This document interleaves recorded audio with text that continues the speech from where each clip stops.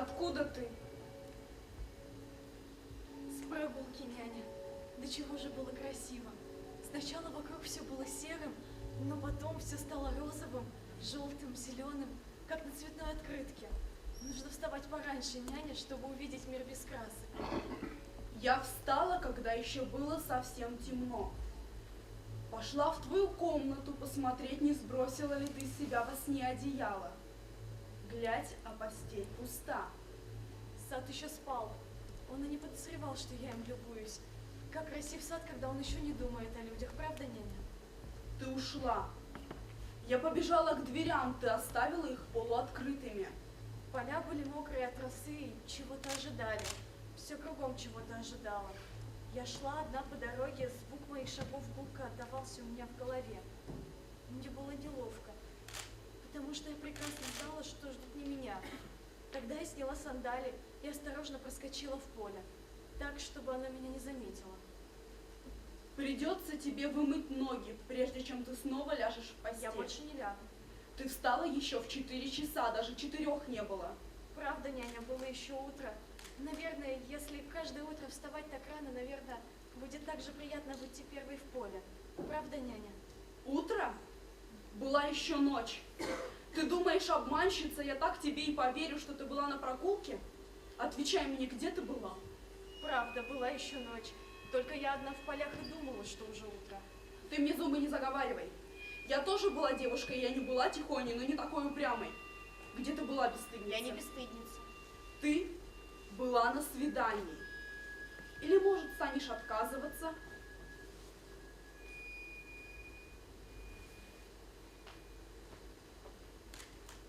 Да, нянечка, я была на свидании. Значит, у тебя есть возлюбленный?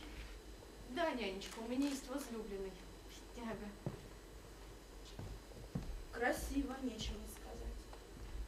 Хороша же ты. А еще царская дочь. Вот и мучайся, воспитывай их.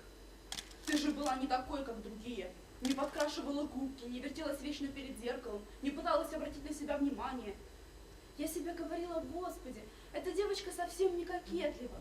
Все время в одном и том же платье, плохо причесана. Юноши будут заглядываться только на Исмену с ее локонами и лентами, а это останется висеть у меня на шее. И что же? Ты такая же, как твоя сестра. Даже хуже. Лицемерка ты этакая. Интересно, кто же он такой? Вероятно, какой-нибудь бездельник, мальчишка, которого ты даже не решаешься привести к своим родным и сказать, я люблю его и хочу за него замуж. Так что ли? Отвечай. Да, нянечка. Она еще и поддакивает. Боже милосердный. Я стала за тобой ходить, когда ты была еще совсем крошкой. Я обещала твоей бедной матери, что ты вырастешь честной девушкой. И вот, пожалуйста, полюбуйтесь. Это даром тебе не пройдет, моя милая. Я всего лишь только кормилица, и ты считаешь меня старой дурой. Ладно, но твой дядя Крион, обо всем узнает, будь уверена. Да, нянечка, узнает. А теперь оставь меня в покое. Посмотрим, что он скажет, когда узнает, что ты шляешься по ночам. А Гимон, твой жених, ты же уже обручена с ним. Хороша невеста, вскакивает среди ночи и бежит на свидание к другому. А потом еще хочешь, чтобы я ее оставила в покое, хочешь, чтобы я молчала. Знаешь, что мне следовало бы сделать? Отшлепать тебя, как в те времена, когда ты была еще маленькой. Ну не ругайся, нянечка, не кричи на меня сегодня. Не кричи. Мне еще и кричать нельзя. Замечательно. Знаешь, что бы мне сказала твоя мать, будь она здесь? Старая дура. Да, старая дура. Ты не смогла сохранить мою девочку чистой. И кричала ты на нее, и ворчала, как сторожевой пес, и гоголем-моголем пичкала, чтоб была здорова, кутала, чтоб не простудилась. Но в 4 часа ты, старая дура, спишь. Спишь, как сурок, когда не имеешь права и глаз сомкнуть. Ты приходишь к ней в комнату посмотреть, хорошо ли она укрыта, а постель уже давно остыла. Вот что мне скажет твоя мать, когда я встречусь с ней на том свете. И мне станет стыдно. Мне бы умереть от стыда, но я уже буду мертвой. Я только скажу, да, госпожа Иокаста, все это правда. Ну не плачь, няня, ты сможешь смело глядеть в глаза моей матери, и она скажет тебе спасибо за маленькую Антигону. хорошо о ней заботилась. Мама знает, почему я уходила сегодня утром.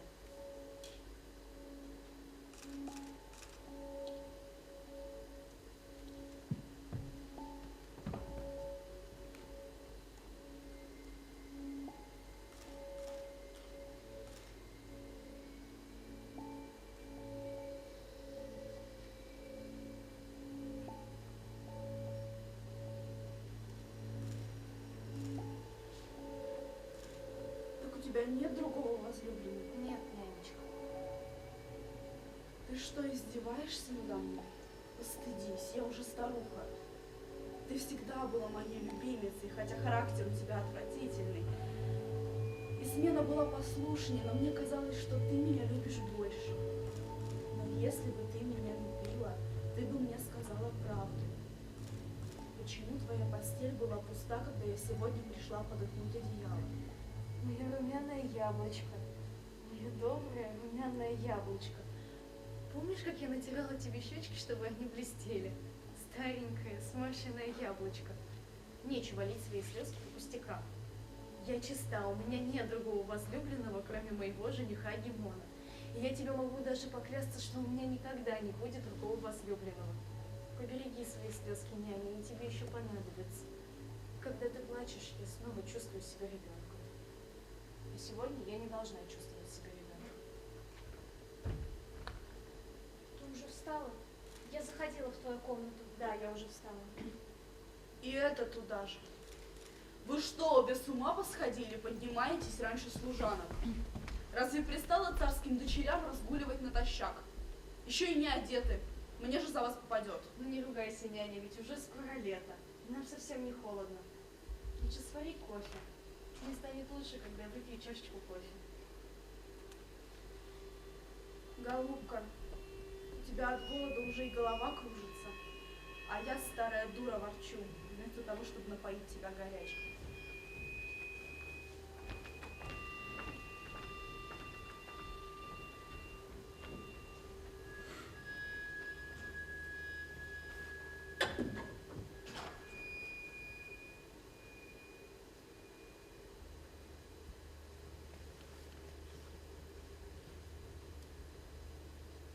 Ты больна? Нет, просто немного устала. Это потому, что я рано поднялась. Я тоже не спала. Тебе нужно поспать, иначе завтра ты не будешь такой красивой. Не смейся надо мной. Я не смеюсь, ведь сегодня твоя красота придает мне сил. Помнишь, какой несчастной я чувствовала себя в детстве? Я старалась измазать тебя грязью, засовывала тебе за шиворот гусениц, а однажды я привязала тебя к дереву. Я обрезала твои волосы, твои прекрасные волосы. Разве станешь думать о всяких пустяках, когда у тебя такие чудесные волосы, так аккуратно причесанные? Почему ты говоришь о пустяках? Я не говорю о пустяках. Знаешь, Антигона, я все обдумала, да. Я думала всю ночь. Ты сошла с ума. Да, Мы не можем. почему? Он велит казнить нас. Конечно, каждому свое. Мы должны похоронить тело брата, он должен осудить нас на смерть. Так уж распределено. Я не хочу умирать. Я тоже не хотела бы умирать. Знаешь, Антигона, я старше и всегда поступаю разумнее. А вот ты вечно делаешь, что придет тебе в голову. Даже если это какая-нибудь глупость. Я более уравновешенная, всегда все обдумываю. Иногда не надо слишком много думать. Надо, Антигона. Разумеется, это все ужасно, и мне тоже жалко брата. Но я отчасти понимаю и Я дядю. не хочу понимать отчасти. Он царь, он обязан подавать Но пример. я не царь, я не обязана подавать пример. Ах, эта маленькая Антигона, упрямая, глупая, вечно делает все, что ей взбредет в голову, а потом ее ставят в угол или запирают в чулан. И по делам надо было слушаться. Ну вот, уже нахмурила брови, уставилась в одну точку. Уже готова ринуться, очертя голову, никого не слушая. Выслушай хотя бы меня. Я чаще, чем ты, бываю права. Я не хочу быть правой. Попробуй хоть понять. Понять? Я это от вас и слышу с тех пор, как себя помню. Нужно было понять, что нельзя прикасаться к воде.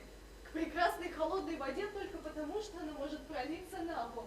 Нужно было понять, что нельзя прикасаться к земле только потому, что она может выпачкать платье.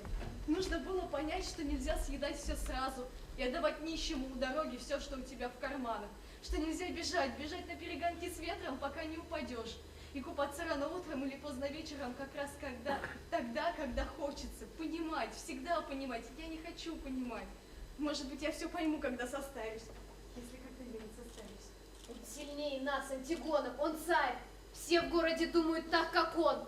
Их тысячи, много тысяч. Они кишат на улицах Я не Физ. слушаю тебя. Нам будут плевать в лицо. Тысячи рук схватят нас. Тысячеликая толпа будет сверлить нас взглядом.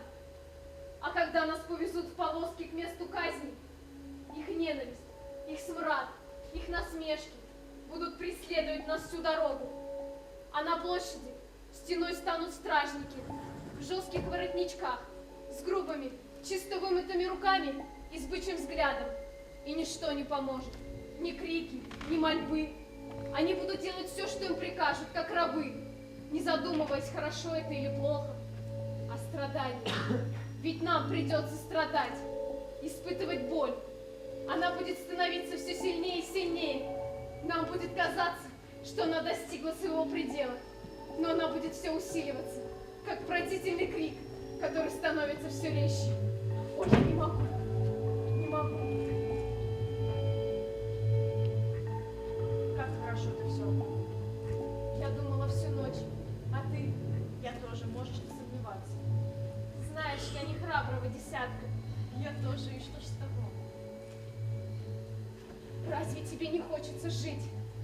Не хочется жить, а кто с самого утра вставал только для того, чтобы насладиться прелестью утреннего прохладного ветерка? Кто ложился позже всех, даже падая от усталости, только для того, чтобы насладиться прелестью ночи?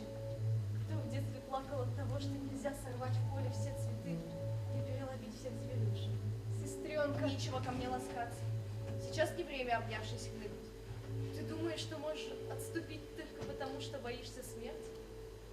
да. Ну что ж, воспользуйся этим предлогом.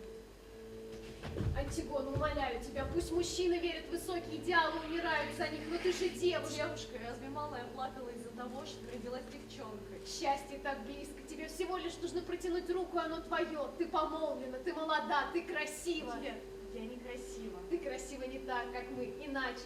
Ты отлично знаешь, что именно на тебя оборачиваются уличные мальчишки, а девчонки глядят во все глаза, пока ты завернешь за угол. Мальчишки, девчонки. Агимон.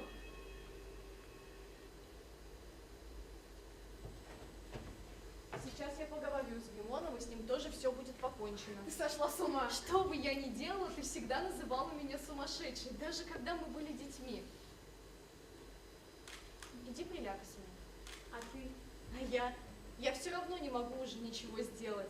Тело брата тесным кольцом окружили стражники. Они охраняют его так, будто им и вправду удалось стать царем. Иди приляг с ним. Ты побледнела от усталости.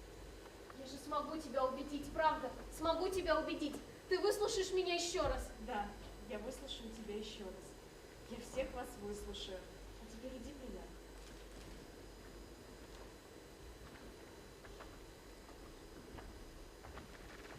Бедная смена. Вот кофе и гренки. Ешь, голубка. Я не голодна, няня. Я сама их поджарила и намазала маслом, как ты любишь.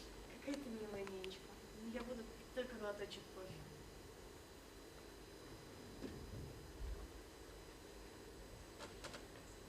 Что у тебя болит? Ничего, нянечка. Просто упытай меня получше, как это бывало, когда я болела. Ах, няня, ты прогоняла кошмары, ты прогоняла лихорадку, ты прогоняла тень, которая падала от шкафа и кралась по стене, дико издеваясь надо мной. Ты прогоняла мириады насекомых, которые что-то грызли в ночной тишине. Ты, нянечка, прогоняла ночь с ее безмолвным диким воем. Ты прогоняла и саму смерть. Дай мне руку, как это бывало, когда ты сидела в моей постели. Да что с тобой, моя милая? Ничего, нянечка. Просто я слишком мала для всего этого. Для чего мала моя птичка? Ни для чего, нянечка. Главное, что я держу твою руку. Твою добрую шершавую руку. Она всегда от всего спасает. Может быть, она спасет меня и в этот раз. Ведь ты, нянечка, всемогущая. Что же я могу сделать для тебя? Ничего. Просто приложи руку к щеке. Вот так. Теперь я ничего не боюсь. Ни Буйки, ни злого людоеда, ни бабы Яги. Послушай, нянечка. Ну, Мою собаку Милку. Обещание, что больше не будешь ее бронить. так ведь она все пачкает своими грязными лапами. Ее и в дом допускать нельзя. Все равно обещание, что не будешь ее бронить, даже если она все пачкает. Ну а если она нагадит на ковры? Не брони ее, нянечка, даже если она нагадит на ковры. Значит, по-твоему, она здесь все перепортит, а я ей слова не скажу. Да, нянечка, ты же любишь Милку, мою добрую головастую Милку. Тем более ты же обожаешь уборку, ты была бы несчастна не будь уборки. Нет, моя милая, так не пойдет. Ну, пожалуйста, нянечка, тебе очень-очень прошу. Знаешь ведь, что не могу тебе отказать, когда ты так ко мне ласкаешься. Спасибо, нянь. А еще обещание, что будешь с ней разговаривать. Да где же это видано говорить с собакой? А ты не говори с ней как с собакой, говори как с человеком. Ты же видела, как я с ней разговаривала? Да зачем тебе это? Чтобы все в доме разговаривали с собакой так, как ты. А вдруг? Вдруг я не смогу с ней больше разговаривать? Почему? И потом, если она будет скучать, постоянно смотреть на дверь, как будто бы я только что вышла. Может быть, лучше убеди ее, нянечка. Только так, чтобы ей не было больно. Убить твою собаку. Да ты никак из ума выжила. Нет, нянечка. Вот Гимон, оставь нас нянь.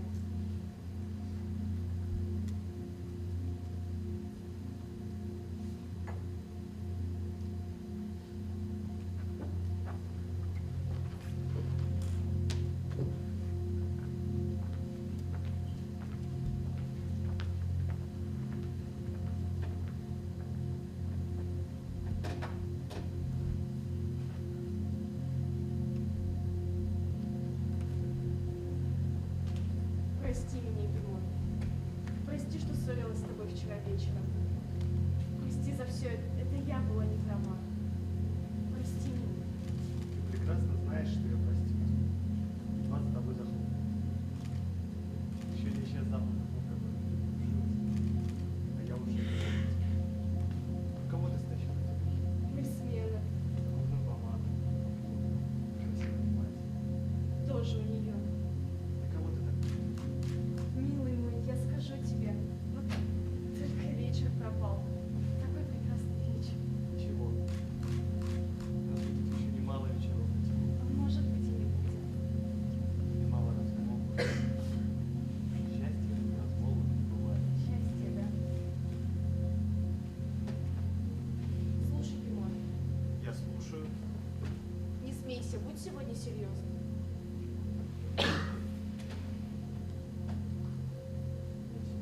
Ты обними меня, обними так крепко, как никогда не обнимал, чтобы вся твоя сила перелилась в меня. Изо всех сил. Как хорошо. Знаешь, Гимон, я хотела тебе сказать, наш мальчик, о котором мы мечтали. Да. Знаешь, я сумела бы защитить его от всего на свете. Не боялся бы ни наступающего вечера, ни палящих лучей полуденного солнца, ни теней. Мать у него была бы такая маленькая, но самая любящая, самая настоящая из всех матерей. Ты веришь в это, правда? Да, любовь. И ты веришь, что у тебя была бы настоящая жена? Я настоящий. Так ты любил меня? Любил в тот вечер? Какой вечер? В тот вечер на балу, когда ты нашел меня в углу. Уверен ли ты, что тебе нужна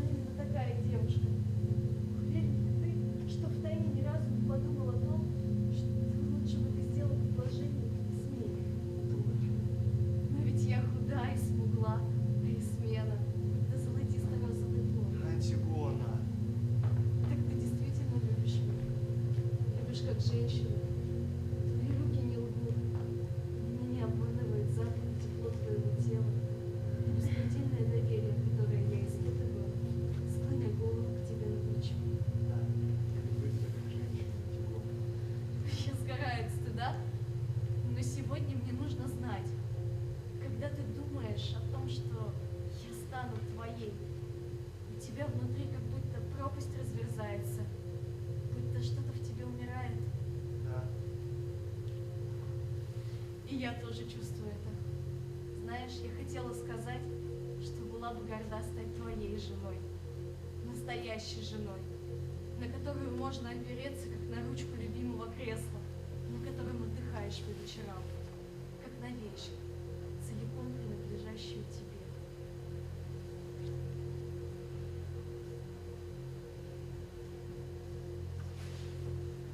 Ну вот, а теперь я скажу кое-что еще. И пообещай мне, что когда я все договорю, ты уйдешь, не сказав ни слова. Что еще ты хочешь мне сказать? Поклянись мне, Гимон, это мое последнее сумасбродство, и ты должен мне его простить. Клянусь. Спасибо. Так вот, сначала о вчерашнем. Ты спросил, почему я пришла надушенная, в платье из смены, с накрашенными губами. Так вот, я была глупой и была не очень уверена, что ты действительно меня хочешь. Поэтому я нарядилась, чтобы быть похожей на других девушек и разжечь в тебе желание. Так вот, значит. Да, ты стал смеяться надо мной. Мы повздорили, я не смогла побороть свой дурной характер и убежала. Но я приходила для того, чтобы уже стать твоей женой. Гимон, ты поклялся мне ни о чем не спрашивать. А впрочем, я скажу. Я приходила для того, чтобы уже стать твоей женой, потому что я очень и очень люблю тебя. И потому что, прости, любимый, если я причиняю тебе боль, потому что я никогда не смогу стать твоей женой, Гимон, не подходи. Если ты подойдешь, если сделаешь хоть шаг, я выброшусь из окна, клянусь тебе, клянусь нашим мальчиком, о котором мы мечтали, мальчиком, которого у нас никогда не будет. Уходи, Гимон, уходи же скорее, ты скоро все узнаешь, ты узнаешь все очень скоро. Уходи, Гимон, пожалуйста, это все, что ты еще можешь сделать для меня, если любишь.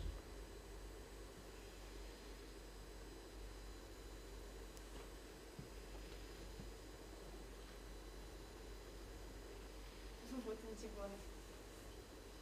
И с Гимоном покончено. Антигона, ты здесь? Да, я здесь. Я не могу уснуть. Я боялась, что ты все-таки убежишь и попытаешься похоронить его, хотя уже совсем светло. Антигона, сестренка моя, вот мы все здесь, мы с тобой. И Гимон, и няня, и я, и твоя собака Милка.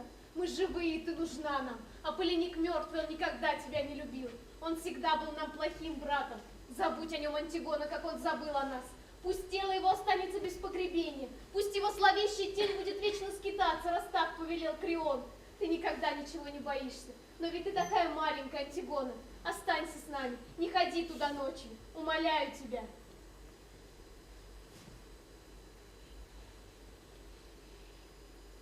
Уже поздно. Сегодня утром, когда ты меня встретила, я возвращалась оттуда. Антигона.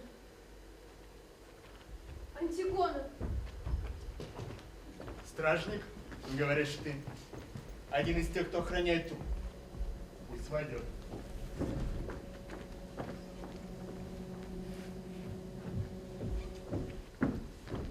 Стражник Джана второй роты.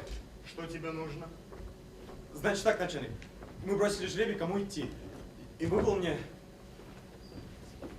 Так вот, начальник, я и пришел, потому что решили, пусть уж лучше один все объяснит. Да еще и потому, что нельзя нам всем троим уйти с поста. Мы, начальник, втроем стоим в карауле возле трупа. И что ты хочешь этим сказать? Значит, я не один, настрою. Со мной еще тюран и старший Будус. Так почему не явился старший? Вот, начальник, я им говорил то же самое. Явиться должен был старший. Когда других командиров нет, за все отвечает старший. Но они со мной не согласились и решили бросить жребий. Прикажете пойти за старшим? Не надо. Говори ты, раз пришел.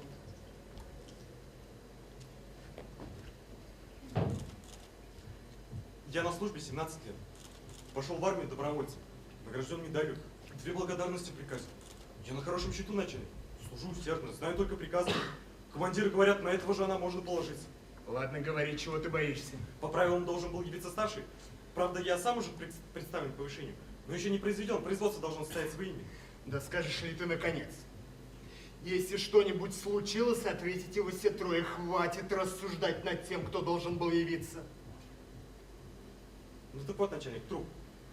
Мы вовсе не спали, заступили в 2 часа ночи. Самое собачье время. Знаете, начальник, когда ночь на исходе. Голова тяжелая, веки словно свинцом налиты. Мерещится, будто тени какие-то движутся. Утренний туман стелется. Они выбрали подходящее время. Но мы все были на посту, разговаривали, топали ногами, чтобы согреться. Мы не спали, начали. Все втроем можем поклясться, что не спали. Да и слишком уж холодно было. И вот, я взглянул на труп, мы стояли всего в 2 шагах от него, но я все-таки поглядывал время от времени. Таков уж я начальник. Недаром старшие говорят, на этого же она может... Я первый это заметил, начальник. Остальные могут подтвердить, что это я первый дал сигнал тревоги. Сигнал тревоги? Почему? Да это труп, начальник. Его кто-то засыпал. Правда, совсем чуть-чуть, ведь у них не было времени. Тело едва засыпали землей. Но так, чтобы не растерзали хищники.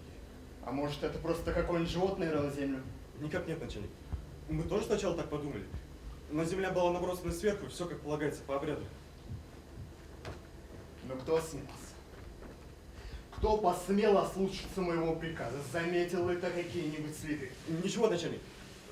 Только чуть заметный след, как будто птичка пробежала. А еще, обыскав все вокруг, Дюран нашел лопатку. Детскую лопатку, совсем старую, заживленную. Ну не мог же ребенок решиться на такое дело. Наш старший все-таки оставил эту лопатку для следствия. Ребенок. Хоть оппозиция и разгромлена, тайна она продолжает действовать повсюду. Все эти друзья Полиника, припрятавшие золото Фиб, пропахшие чесноком вожди плебса, вдруг объединившиеся сознание. Жрецы, пытающиеся наживиться, ловя рыбку в мутной воде. Ребенок. Они, наверное, думали, что так будет трогательно. Да, представляю себе этого ребенка с лицом наемного убийцы, с лопаткой, аккуратно завернутый в бумагу и спрятанный под одеждой. Если только они на самом деле не подговорили какого-нибудь ребенка, оглушили его громкими фразами. Невинная душа, неоценимая находка для их памяти. Бледный мальчуган, презрительно плюющий в лица солдат, наводящих на него ружья. Молодая невинная кровь, обогревшая мою руку. Еще один удачный ход. У них должны быть сообщники. Возможно, среди стражников слушай ты. Начальник, мы сторожили как следует. Дюран присаживался на полчасика, у него болели ноги. Но я, начальник, все время был на ногах. Старший может подтвердить. Кому вы успели рассказать о случившемся? Никому, начальник. Мы сразу же бросили жребий, вот я здесь. Слушай меня внимательно. Приказываю продлить срок вашего дежурства. Те, кто придут вас сменить, пусть вернутся назад. Таков приказ. Возле трупа должны находиться только вы, ни слова о произошедшем. Вы виновны в том, что небрежно несли караул. Вы все равно будете наказаны. Но если вдобавок ты проболтаешься, если в городе распространится слух, что труп Полиника пытались похоронить, я всех вас повешу. Вы никому ничего не говорили, начальник, клянусь. Что если остальные уже рассказали тем, кто пришел нас сменить? Начальник, у меня 2 детей, один совсем крошка. Ведь вы подтвердите на военном суде, что я был здесь. Я ведь был тут с вами, значит, у меня есть свидетель. Если кто и проболтался, так это не я, а другие. У меня есть свидетель. Иди назад, доживи. Если никто не проболтается, ты будешь жить. Ребенок. Пойди сюда, малыш. Да. Ничего не поделаешь. Придется нам все рассказать. Хорошенькая заварится каша. Скажи, а вот ты бы погиб за меня? Вот ты бы пришел со своей лопатой? Да. Конечно бы пришел, не раздумывал. Нечего нам тут сказки рассказывать. Будешь объяснять все начальнику, я действую по велению. Что ты там собиралась сделать, меня не касается. Каждый хочет оправдаться. Каждый найдет, что возразить. Если слушать всех вас, да еще и стараться понять, так и выйдет, что никто ни в чем не виноват. И чтоб никаких разговоров, я знать ничего не желаю. Пожалуйста, позвольте мне присесть. Ладно.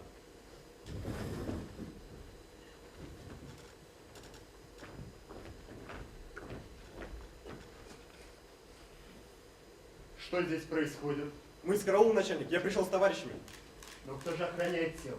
Мы вызвали смену, начальник. Я же велел отослать их назад. Я же велел никому ничего не говорить. А мы никому ничего не говорили, начальник. Но когда задержали эту вот, решили, что нужно явиться. На этот раз жребий не бросали, пришли все втроем. Дурачок. Где они тебя схватили? У трупа, начальник. Что ты делал у тела своего брата, ведь я запретил. Что она делала, начальник? Вот за это мы ее привели к вам. Она рыла землю руками. Посмела снова закапывать труп. А ты сам-то понимаешь, что сейчас посмел сказать? Можете спросить у остальных, начальник. Когда я вернулся туда, труп уже очистили от земли. Но солнце начало сильно припекать, вот мы и стали за пригорком, потому что он начал понять. Мы решили, что ничем не рискуем среди бела дня. Но для большей надежности сговорились по очереди посмотреть, все ли там в порядке. Но в полдень, когда солнце стояло высоко, а ветер стих, он стал понять еще больше, и мы совсем очумели. Сколько не таращил я глаза, все дрожало, словно студень. Я ни черта не видел. Подошел к товарищу за табачком, думал, пройдет. Не успел я заложить табак за щеку, не успел сказать спасибо, глядь. Это роет землю руками. Неужели она воображала, что ее никто не заметит? Когда я побежал к ней, она все продолжала. Когда я схватила, она все рвалась к трупу, требовала, чтобы я ее отпустил, потому что тело, мол, еще не закопано. Это правда? Да, правда. Потом мы стряхнули с трупа землю, как было приказано. Вызвали смену, никому ни о чем ни слова, привели к вам начальник, вот и все. А ночью в первый раз тоже была ты? Да, я. У меня была железная лопатка поленика, которой он строил замки на песчаном берегу. Однажды он вырезал на ручке свое имя. В первый раз я воспользовалась ей и оставила ее возле тела, но вот эти вот ее забрали. И тогда второй раз мне пришлось рыть землю руками. Можно было подумать, что какой-то зверек роет землю. Когда Дюран взглянул туда, ветер дрожал от зноя, он мне сказал: нет, зверек какой-то. А я ему ответил: скажешь, что же, это девчонка. Ладно, вы все изложите в рапорте. Мальчик, отведи этих людей в отдельную комнату. Пусть они ни с кем не говорят. На детей наручники, Нет. начальник?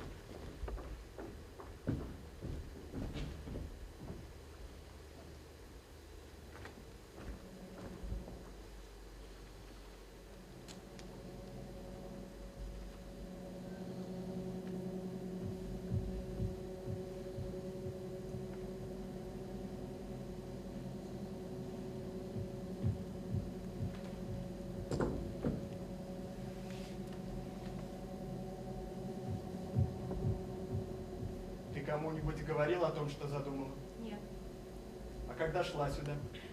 Тебе никто не встретился. нет никого. Ты в этом уверена? Да. Слушай меня внимательно. Ты вернешься к себе, ляжешь в постель и скажешь, что заболела и никуда не выходила со вчерашнего дня. Кормилица все подтвердит. А этих троих я уберу. Зачем? Вы ведь прекрасно знаете, что я снова примусь за прежнее.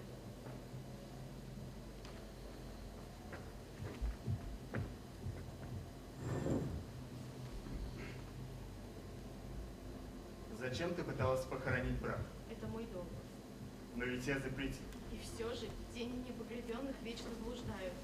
И если бы мой брат вернулся уставший после долгой охоты, я бы дала ему поесть, приготовила постель. Последняя охота поленика окончена. Его ждут мать, отец и идти около. Он имеет право отдохнуть. Твой брат был бунтовщик и предатель, ты это знал. Он был мой брат. Ты разве не слышал, как на всех перекрестках читает мой дик? Ты разве не видела, что он вывешен на всех городских стенах? Да, видела. Ты разве не знала, что будет с каждым, кем бы он ни был, если он осмелится отдать телу поленика погребальные почты? Да, знала. А может быть, ты думал, раз ты дочь Эдипа, гордого царя Эдипа, то для тебя закон не писан. Нет, я вовсе так не думала. Закон прежде всего существует для тебя, Антигон. Прежде всего для царских дочерей. Если бы я была кухаркой и вдруг услышала, как читают эдикт, Я бы вытерла грязные руки и, не снимая фартука, пошла бы хранить брата. Неправда. Если бы ты была обычной служанкой, ты бы знала, что тебя казнят. И пошла бы оплакивать брата дома. Но ты рассудила так. Ты царской крови, моя племянница, невеста моего сына, и я ни в коем случае не осмелюсь тебя казнить. Ошибаетесь. Я была уверена, что вы меня казните. Гордыня Дива. В тебе говорит гордыня Дива. Теперь, когда я увидел ее в глубине твоих глаз, я тебе верю. Ты, конечно же, думала, что я казню тебя. Тебе это казалось естественной развязкой, гордячка. И отцу твоему. Простых человеческих горестей было мало. Я уж не говорю о радостях, не о них сейчас речь. Простые человеческие чувства в вашей семье не приняты. Они вас стесняют. Вам обязательно нужно вступать в единоборство с судьбой или смертью. Убить своего отца, спать со своей матерью, потом узнать обо всем этом, жадно впитывая каждое слово. Какой же чудесный нектар слова, осуждающие вас. И как упиваешься ими, когда тебя зовут Эдип или Антигон. А потом, чего проще, выкалывают себе глаза и идут бродить по дорогам, собирая милость. Но нет, эти времена для Фив миновали. Теперь Фивы имеют право на царя, чье имя не прославится в истории. Меня, слава богу, зовут просто Клеон. Я обеими ногами стою на этой земле, засунув руки в карман. И раз уж я царь, я сделаю так, чтобы на этой земле установился хоть какой-то порядок. Это тебе не авантюра, а повседневная работа. Да, не всегда приятная работа, но раз уж я здесь, чтобы делать эту работу, я и буду ее делать. И если завтра с ног до головы забрызганной грязью гонец спустится с гор, чтобы сообщить мне о сомнительности моего происхождения, я просто-напросто велю ему вернуться туда, откуда он явился. Царям не до личных трагедий. Послушай меня, пускай ты Антигона, пускай ты дочь Эдипа, но тебе всего лишь 20 лет. И случись это немного раньше, все решилось бы куда проще. Посадили бы тебя на хлеб и воду и отвесили пару оплю. Казнить тебя? Это посмотри на себя, воробушек. Слишком уж ты худа. Лучше растолстей немного, роди Гимону здорового мальчуга. Поверь, Фиву он нужнее, чем твоя смерть. Ты сейчас же сделаешь так, как я тебе велел. Ну-ну, нечего испепелять мне взгляд. Ты, конечно, считаешь меня человеком грубым, неспособным на высокие ценности, но все же не забывай, что первую куклу подарил тебе именно я. И было это не так уж давно.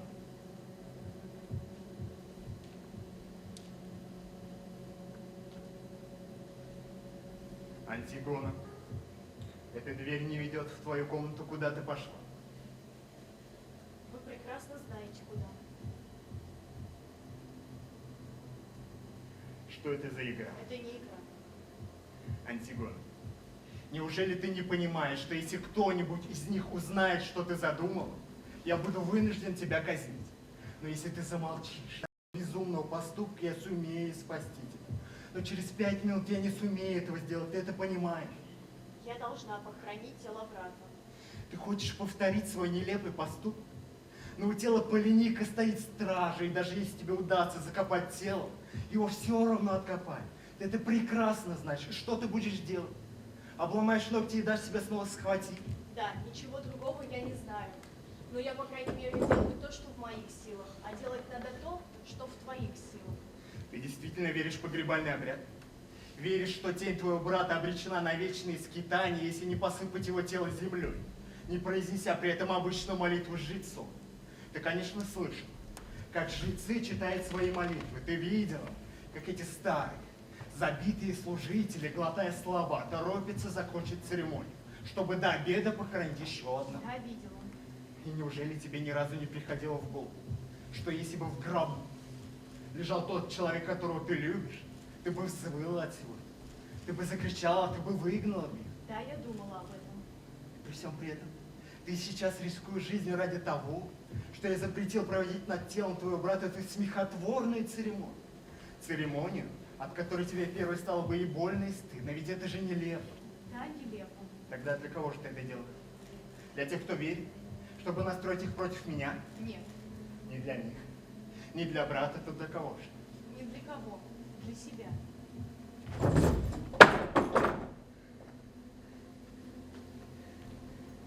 Значит, тебе захотелось умереть. Ты сейчас похожа на загнанного зверька. Не нужно меня жалеть. Поступайте, как должны. Но если вы все-таки человек, делайте это поскорее. Не навек же хватит моего мужества. Тигон, я пытаюсь спасти тебя. Вы царь, вы всесильный, но это не в ваших силах. Ты так думаешь? Вы царь, но вы не можете ни спасти меня, ни принудить. Гордячка. Маленькие дети. Единственное, что вы можете, это приказать казнить меня. А если я прикажу пытать тебя? Ничего, чтобы я плакала, молила о пощаде, клялась сделать все, что от меня потребуют. А потом, когда боль утихнет, начала все сначала. Послушай-ка, у меня скверная роль, и ты это прекрасно знаешь. Вы все же не слишком злоупотребляете. Если бы я был обычным грубым тираном, у тебя давно бы вырвали язык. Тело твое растерзали бы раскаленными клещами или бросили бы в каменный мешок. Но ты видишь нерешительность в моих глазах. Ты знаешь, что я не зову стражников и слушаю тебя. Чего ты добиваешься, маленькая Пустите фурия? меня, мне больно. Нет, здесь я сильнее тебя. И тоже пользуюсь этим. А может, стоило с этого начать? Оттаскать тебя за волосы, как и нашалившую девчонку. И все же не кажется тебе забавно, что это царь. Царь, который слушает тебя, много раз видел, как убивают людей. Внушавших столько же сострадания, как и ты сейчас пытаешься помешать тебе умереть. Ну вот, теперь вы сжали слишком сильно, я даже не чувствую рук.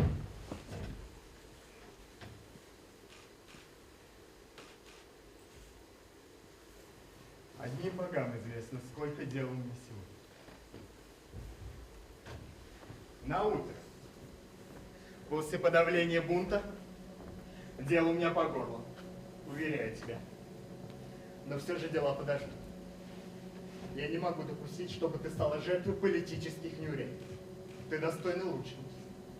Антигона, пойми, что этот поленик, это тень, которую ты оплакиваешь, это труп, гниющий на солнце, и вся эта трагическая чепуха, которая воодушевляется, всего лишь политические неурядицы.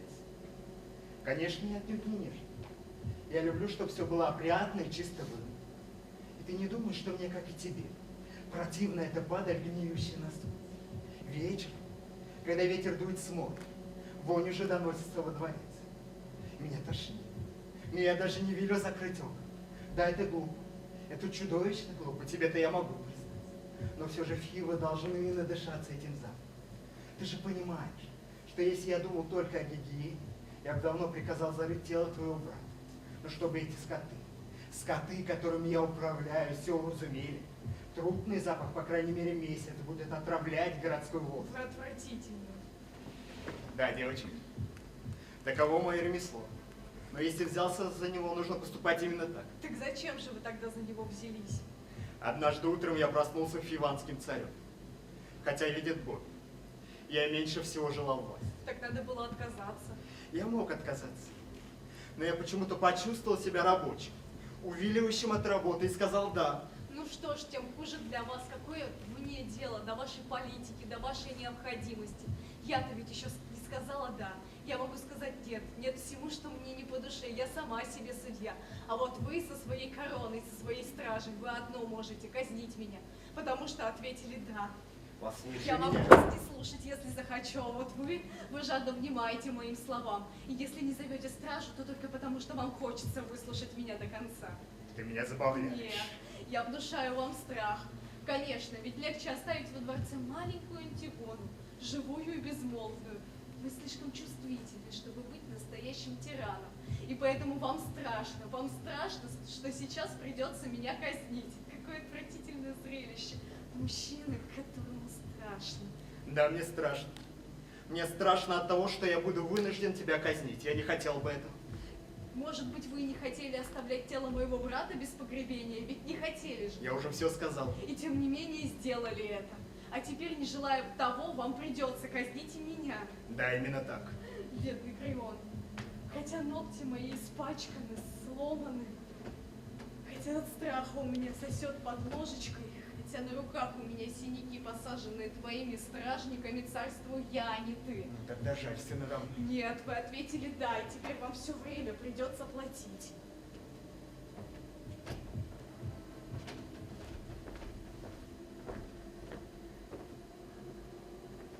Ты меня презираешь, не так? Я много раз представлял себе этот разговор с каким-нибудь бледным юношей, который попытается меня убить. С юношей, который на все мои вопросы будет отвечать презрением. Но все же я никак не думал, что этот разговор будет у меня с тобой.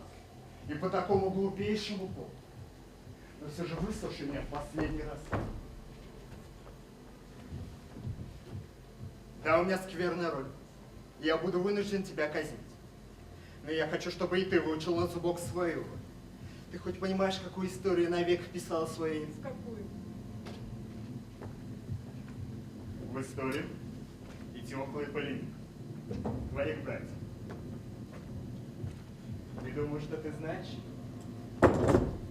Нет, ты ничего не знаешь. И никто в Фивах, кроме меня, ее не знает. Красиво тут мало. Сама увидишь. Скажи мне, что ты помнишь о братьях? Они, конечно, презирали тебя, предпочитали играть друг с другом, постоянно ломали твои игрушки, постоянно шушукали за твоей спиной о своих тайнах, чтобы привести тебя в ярость. Но ведь я была ребенком.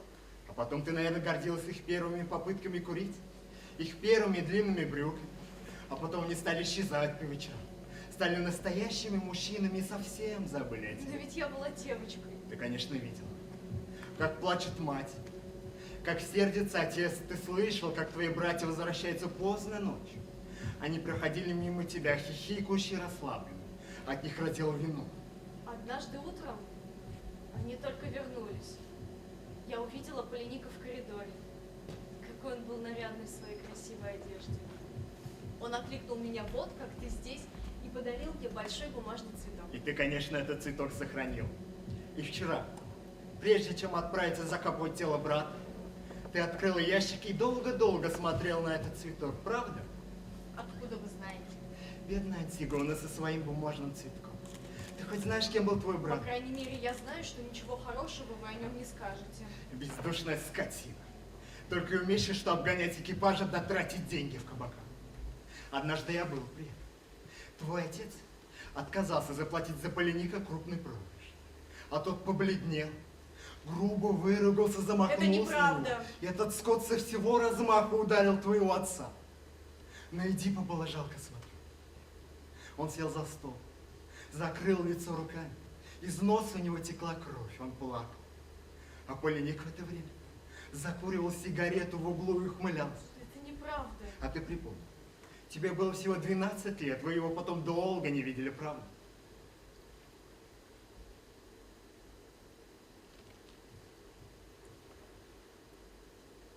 Да, это правда. Это случилось сразу после той ссоры. Твой отец не хотел, чтобы сына судили. И Полиник завербовался в аргивианское войско. И как только он очутился в Аргосе, началась охота на твоего отца, на старика, который не желал ни умереть, ни отказаться от власти. И в конце концов, убийцы, которых мы ловили, признавались, что получили деньги от Полиника и не только. Я расскажу тебе, что творилось на этой кухне, что творилось за кулисами.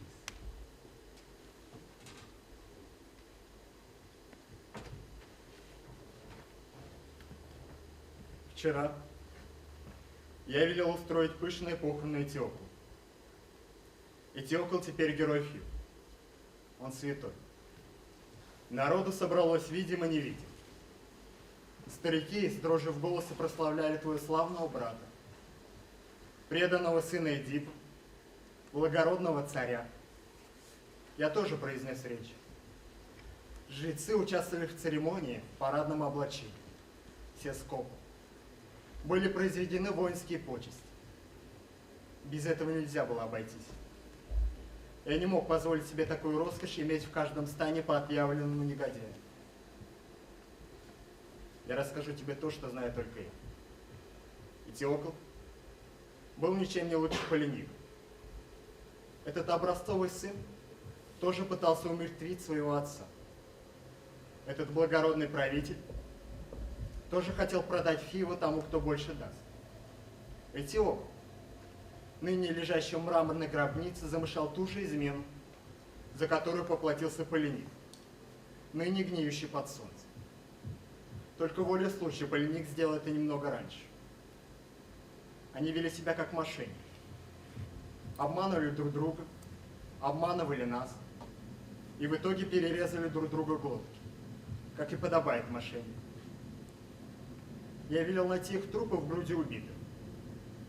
Они лежали напротив друг друга, обнявшись, наверное, впервые в жизни.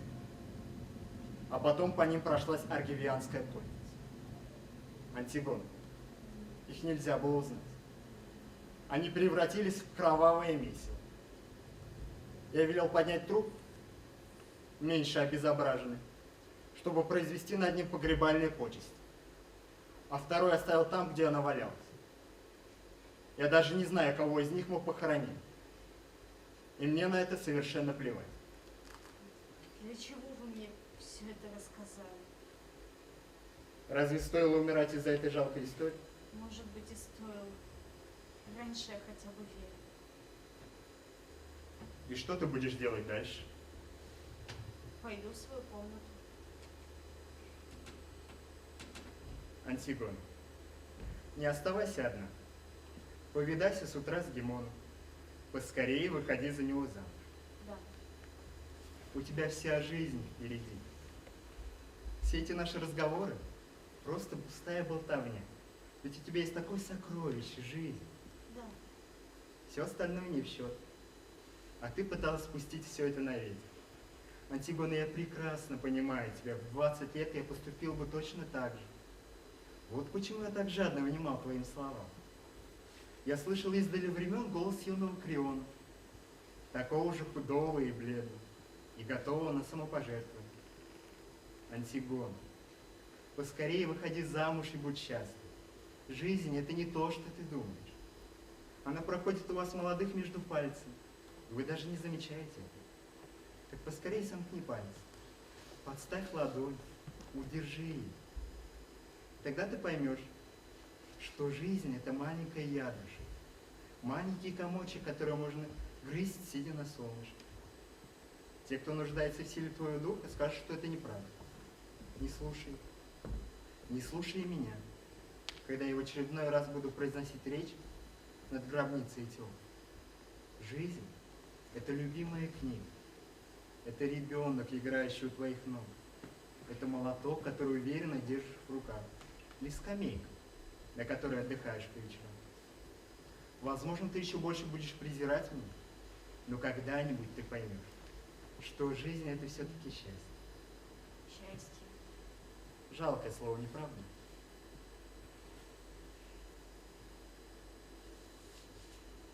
Какой должна быть та счастливая женщина, в которую превратится маленькая Антигона? Какие жалкие поступки ей придется совершать изо дня в день, чтобы выиграть свой жалкий клочок счастья? Кому ей придется лгать, кому улыбаться, кому продавать себя, кому она даст спокойно умереть, отводя взгляд в сторону?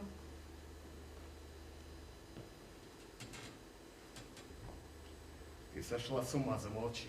Нет, ответьте мне немедленно. Что я должна сделать, чтобы быть счастливой, раз мне немедленно нужно сделать выбор? Ты любишь Гимона? Да, я люблю Гимона. Я люблю Гимона молодого и сурового. Но если рядом со мной он должен стать господином Гимоном, если он должен научиться говорить «да», тогда я не люблю его больше. Ты сама не понимаешь, что говоришь, замолчи. Нет, это вы не понимаете, что говорите. Я сейчас говорю с вами издалека, из царства, куда вам с вашим брюхом и с вашими морщинами уже не пролезть. Я смеюсь, Крион, потому что вдруг представила, каким ты был в 15 лет. Наверное, таким же беспомощным, но уверенным в своем могуществе. Жизнь лишь добавила тебе морщин на лице, да слой жира на теле. Замолчишь ли ты наконец? Почему ты хочешь заставить меня замолчать? Потому что знаешь, что я права? Я вижу это в твоих глазах. Но ты сейчас просто защищаешь свое счастье, как собака в И поезде. свое, и твое, дура.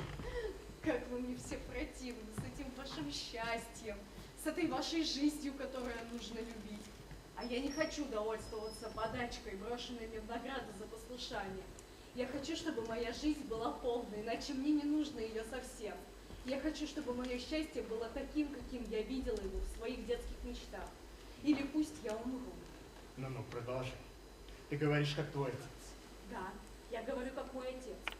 Мы из тех, кто переступает через вашу надежду, через вашу гнусную, жалкую надежду, когда она встает у нас на пути.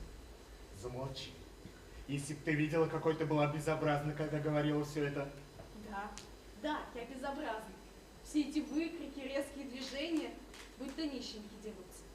Отец стал прекрасен уже потом, когда не оставалось никаких сомнений, что он спал со своей матерью, убил своего отца, и ему не оставалось больше ничего, как закрыть глаза и не видеть всех этих ваших жалких претендентов на счастье.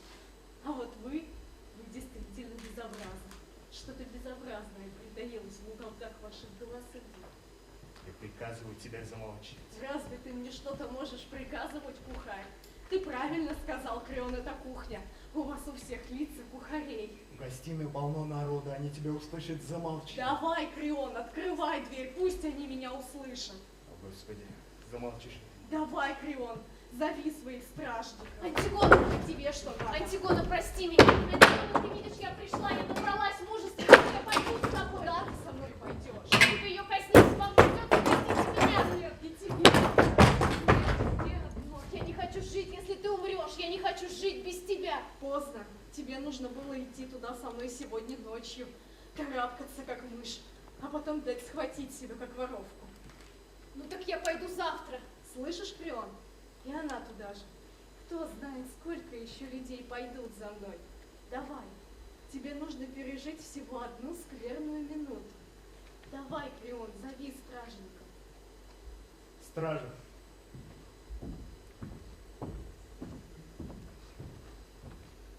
Уведите ее.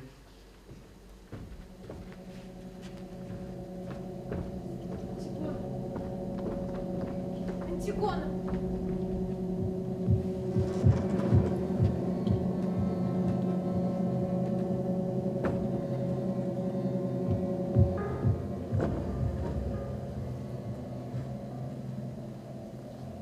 Она должна была умереть.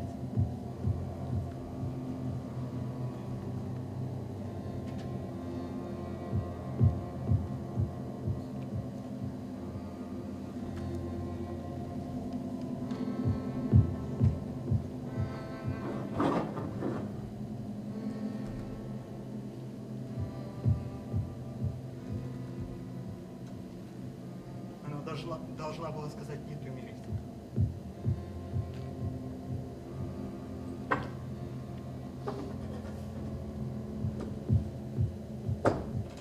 Что я мог сделать?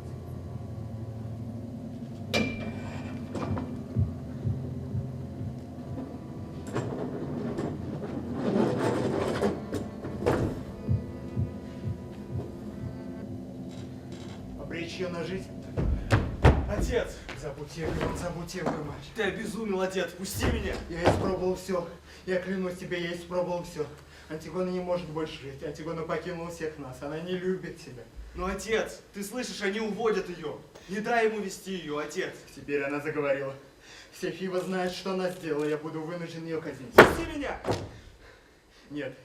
Толпа уже знает все. Она беснуется вокруг дворца. Я не могу. Что значит толпа, отец? Ведь ты властелин. Я властелин, пока не издал закон о потоме. Но, отец, я твой сын. Ты не допустишь, чтобы они отняли ее у меня. Мужайся, Гимон. Мужайся, мой мальчик. Антигона покинула всех нас. Антигона не может больше жить. Неужели ты думаешь, что я смогу жить без нее? Неужели ты думаешь, что я примирюсь с этой вашей жизнью? Жить без нее все дни с утра до вечера? Жить без нее среди вашей суеты, болтовни, ничтожества? Ты должен примириться с этим. Рано или поздно ты должен примириться с этим. Это и называется стать мужчиной. И вот ты в последний раз стоишь передо мной, как маленький мальчик, со слезами на глазах и сердцем полной муки. Но переступи через это, и все будет кончено. Все уже кончено. Не осуждай меня. Не осуждай меня. Тот могучий бог, Воплощение силы и мужества, который брал меня на руки и спасал от чудовища теней. Неужели это был ты? Неужели это ты в те славные вечера при свете лампы показывал мне книги в своем кабинете, а от тебя исходил тот манящий милый запах? Да, Димон. И все заботы, вся гордость, все книги о подвигах героев. Все это нужно было только для того, чтобы я пришел вот к этому. Стал мужчиной, как ты говоришь, и был бесконечно счастлив, что живу? Да, Димон. Это неправда, отец. Это не ты. Нас обоих еще не приперли к стенке, когда нужно сказать «да». Ты еще всемогущ, как и в дни моего детства. Умоляю тебя, отец, сделай так, чтобы я мог восхищаться тобой. Восхищаться тобой, как прежде. Я слишком одинокий, мир слишком пустынен для меня, если я не могу больше восхищаться тобой. Все мы одиноки. Этот мир пустынь. Ты слишком долго восхищался. Посмотри на меня. Это и называется стать мужчиной. Посмотреть однажды в лицо своему отцу.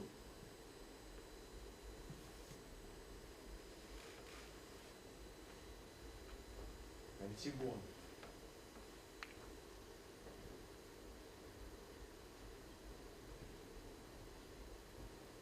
Антигона. Антигона! Что я мог сделать? Он ушел смертельно раненый. Да. Смертельно ранен. Начальник, они ворвались во дворец. Приор, я не хочу больше видеть их лица. Сделай так, чтобы я больше никого не видела. Тебе мало того, что меня казнят.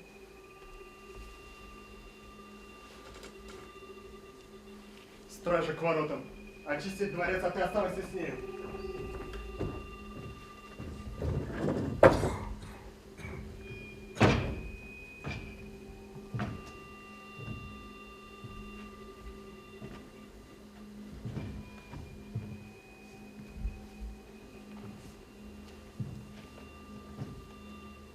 Так значит, это ты. Что я? Последнее человеческое лицо, которое я увижу. Надо полагать. Да, я на тебя посмотрю. Ладно, смотри. Так это ты задержал меня тогда. Да, я. Ты сделал мне больно, в этом не было никакой нужды. Разве было похоже на то, что я убегу? Ну, без болтовни. Не ты, так я бы остался на кладе.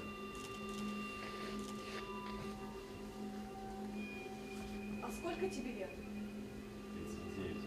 А у тебя есть дети? Да, двое. А ты их любишь? Это не ваше дело.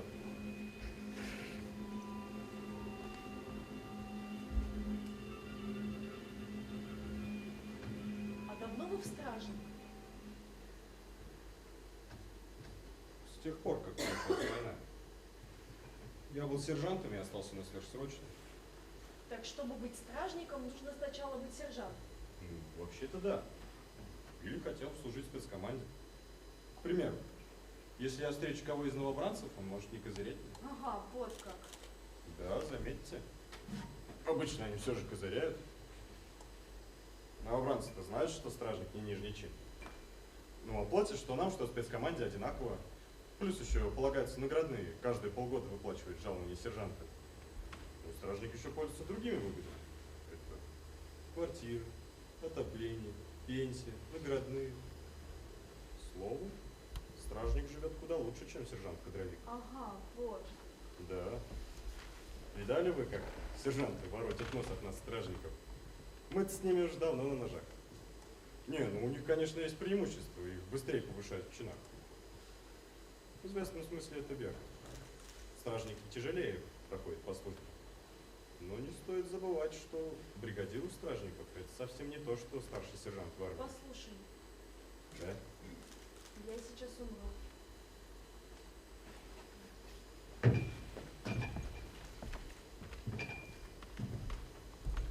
Нет. Сержанты хоть и пользуются выгодами, ну, стражник хоть и солдат, но и государственный Как ты служащий. думаешь, умирать больно? Не могу сказать. На войне те, кто был ранен в живот, сильно мучились. А я не был ранен. Это даже помешало мне в продвижении по службе. Какую смерть вы для меня выбрали? Не могу сказать.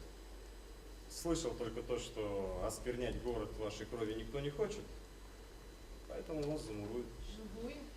Да, живую. Вас замуруют в пещере Гадеса, что у городских ворот. Это самый Санкт-Петербург. Да, тяжеленько будет нести там службу. Слышал то, что сначала хотели отправить солдат, потом вдруг передумали и поставили снова стражников. Мол, они все вытерпят. Не мудрено, что некоторые стражники завидуют сержанту. Два зверька. Какие еще зверьки? Два зверька прижались бы друг к другу, чтобы согреться. А я совсем одна. Если вам надо, чего могу позвать? Нет, я только бы хотела, чтобы ты передал письмо одному человеку. Как там письмо? Письмо, которое я напишу. Ну уж нет. Если ты согласишься, я дам тебе это кольцо. Золотое? Да, золотое.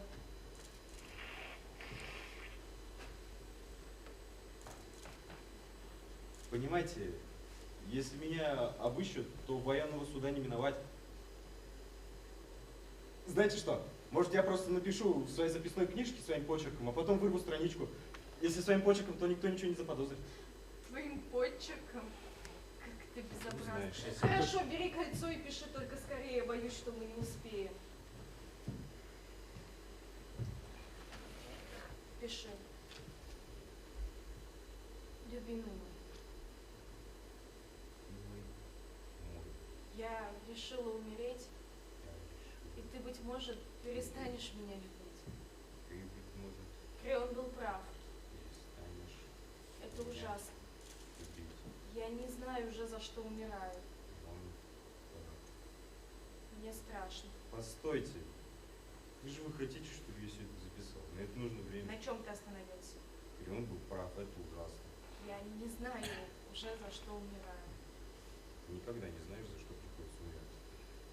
Мне страшно. Гимон, наш мальчик. Только теперь я понимаю, как это было просто жить. Подожди, вычеркни все последнее и напиши прости. Еще все последнее вычеркнуть и написать просто прости. Да, прости, любимый. Без маленькой Антигоны вам всем было бы куда спокойнее. Я люблю тебя. Без маленькой Антигоны вам всем было куда спокойнее. Я люблю тебя. Это все? Да, все. Забавное письмецо. Да, забавно. Кому же ее передать? Ну, без болтовни.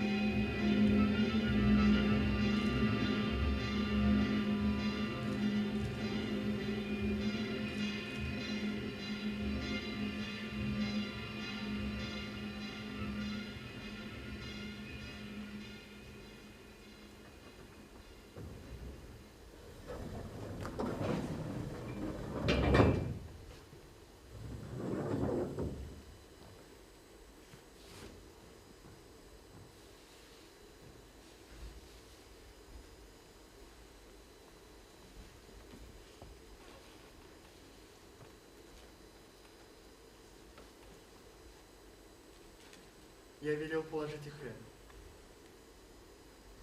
Их обмыли. Теперь они лежат. Словно отдыхают. Но лица их спокойны. Как новобрачная после первой ночи. Для них все кончено. Но не для тебя, господин. Тебе предстоит узнать еще кое-что. Твоя жена — Эвредика. Милая, добрая женщина.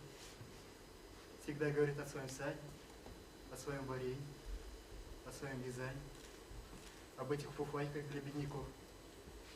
Просто удивительно, сколько беднякам требуется фуфайка. Будто ни в чем другом они больше не нуждаются. Нынешней зимой фиванским беднякам будет холодно, господин. Царица, узнав о смерти сына, сначала довязала ряд, потом не спеша, как она обычно все делает, отложила спицы и прошла в свою комнату со своими вышитыми салфеточками и плюшевыми подушечками, чтобы там перерезать себе горло. Она и сейчас там, на одной из ваших одинаковых старомодных кроватей. На том же самом месте, где однажды ты встретила ее еще совсем молоденькой. С той же самой улыбкой. Может быть, чуть более грустной. И если бы не кровавое пятно возле ее шеи, можно было бы подумать, что она спит.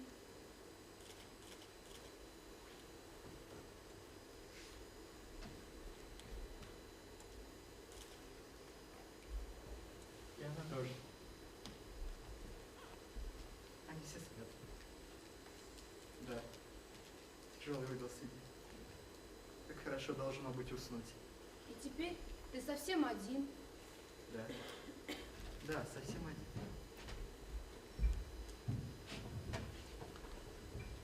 Мальчик, Да, господин? вот что я скажу тебе. Они этого не понимают. Когда перед тобой работа, нельзя сидеть сложа руки. Да, они говорят, что это грязная работа. Но кто же ее сделает, если не мы? Не знаю, господин. Конечно же не знаешь. Никогда ничего не знать было бы лучше всего. Ты, наверное, хочешь стать взрослым? О да, господин. Маленький безумец. Лучше всего никогда не становиться взрослым.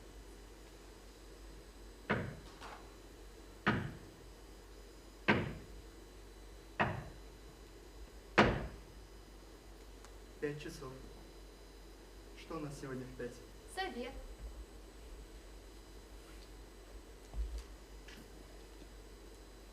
Ну, раз назначен совет, мой мальчик, пойдем на совет.